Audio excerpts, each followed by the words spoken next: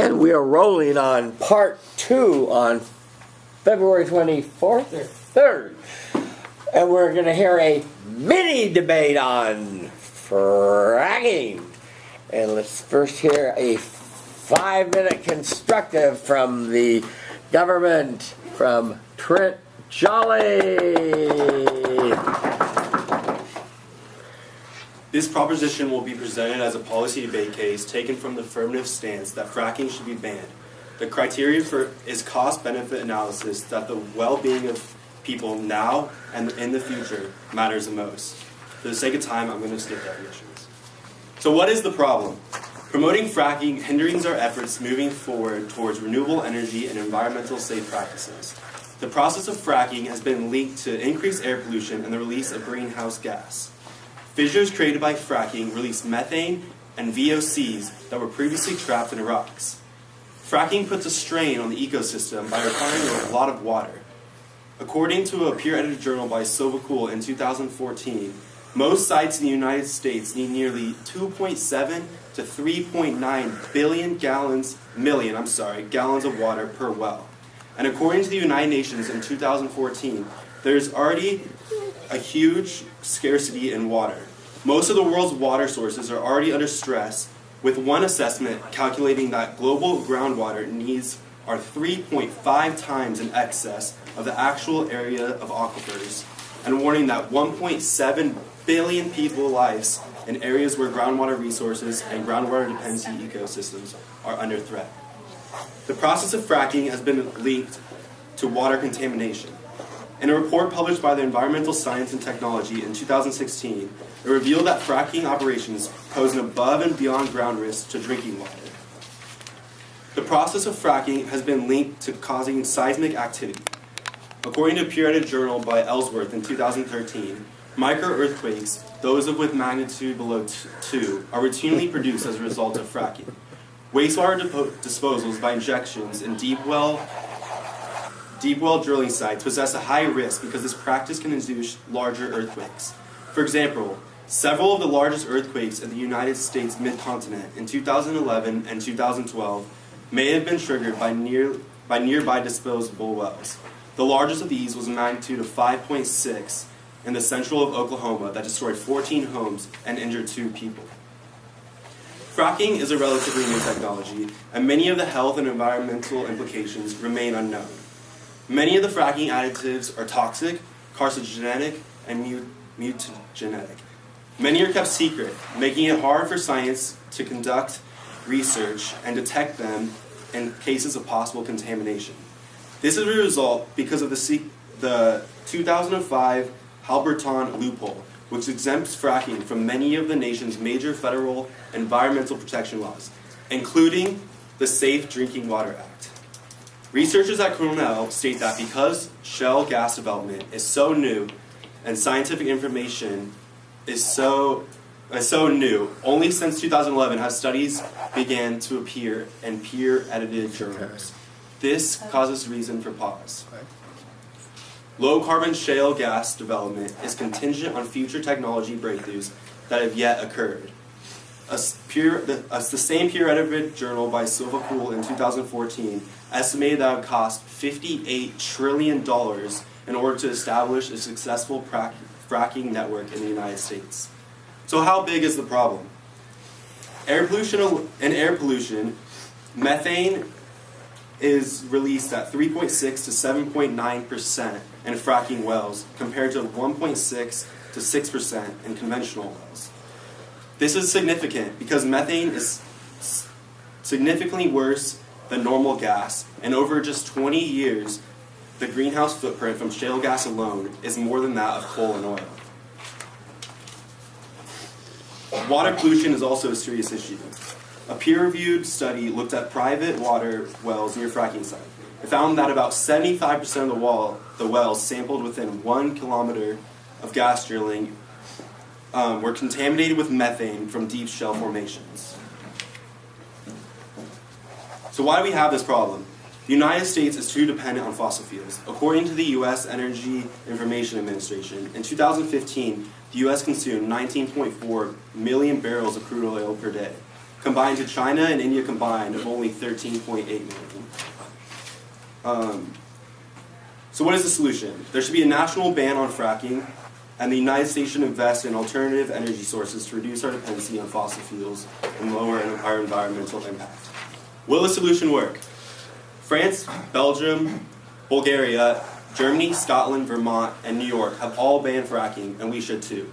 France and Bulgaria have the largest shale reserves in all of Europe, and they still have decided to ban fracking.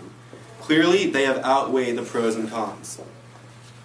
So what are the advantages? A ban on fracking will allow time for research, techniques, and regulations to develop properly.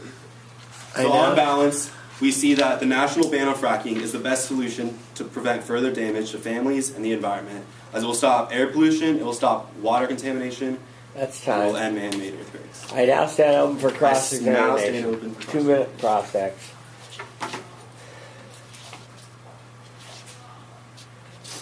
You said it would cost $58 trillion to establish a fracking network, yet people are already fracking, producing substantial amounts of natural gas. Why would those costs exist exactly? That is because the Look at fracking, me saying, Sam, stand closer to just so in we the get you recent both years, in there. only 1 to 2% of the new wells, or high-pressure, high-volume fracking wells are being used in the last 10 years. So all of the old techniques are now out of date, and they're only using these new high-volume techniques. And in order to replace the old techniques, it would take $53 trillion in order to have that infrastructure in place. Okay, but if methane is 117,000, so methane is 117,000 pounds essentially into the atmosphere per billion BTU of energy it produces, whereas coal is almost twice that, and traditional oil is about 50% higher than that. In addition to that, CO2 ends out in 12 years rather than lasting for decades, or lasting for centuries. So isn't that potentially an environmental benefit to using shale oil? No, because there are a lot more environmental impacts besides just the methane. There is water contamination, there's air pollution, there's cardiovascular disease, cancer. These are related to VOCs, getting into the air, low-level ozone from these VOCs, and other methane contamination that gets in the water supply and the drinking water supply. Okay, so you're saying this methane ends up in the drinking water supply and that basically poisons people, right? It definitely causes, there's studies of it causing severe health concerns, yes. And you know that that's because of fracking and not because of the faulty steel casings and the improper cement ceilings of the wells? Yes, so there was an isotomic research study that tested the source of the methane, and they established that it was actually coming from the fracking and not just natural methane occurring in the ground. Okay. Then it's That's 2 minutes time. past then? Yeah. Okay, let's hear your constructive. Thank you. Am I doing a refuel or just cross? Well, there's a group of kids chomping at the bit to get in the room, so I doubt it. But you will when your friend from Las Vegas returns. This is just a warm-up for you. Okay, good. A filler. So do I not do refutation then? Yeah, I want you to do a 5-minute, Am I crossing? la-di-da. Yeah, rock and roll. I stand in the negative. So the first myth that I want to address that he brings up here is this idea about how much water it's used. And in fact, there's actually a study which we looked at from a study at Carnegie Mellon University with Jean Van Briesen, who was the head environmental engineering professor. They found the amount of water required to drill all 2,916 of the wells in Pennsylvania would equal the amount of drinking water used in Pittsburgh in the same period. This was over 11 months. Also, only about 30% of the water that's used is actually lost permanently or being unusable.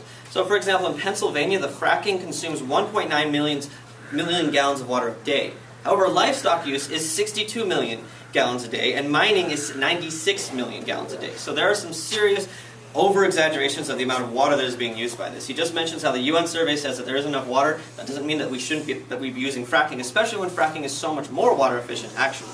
So, he also talks about how it poses a risk to groundwater. Researchers at Duke University, with a study published in the Proceedings of the National Academy of Sciences in June 2013, found that the higher concentration of methane in the water wells was due to the faulty steel casings and improper cement ceilings of the wells, not fracking. The same team found no indication that well water has been contaminated by fracking fluids. Part of the reason is because 99.5% of fracking fluids consist of just water and sand. So this is simply basically being injected into these rocks thousands of feet below the actual aquifers that people are drinking from. So there's very, very little risk. In addition to that, I want to address some of the environmental benefits, which I'll actually be bringing up and refuting some of the arguments he's made while I do so. So one of the first issues about this is the environmental benefits of it, which occur on two levels: first, environmental benefits, and second, geopolitical.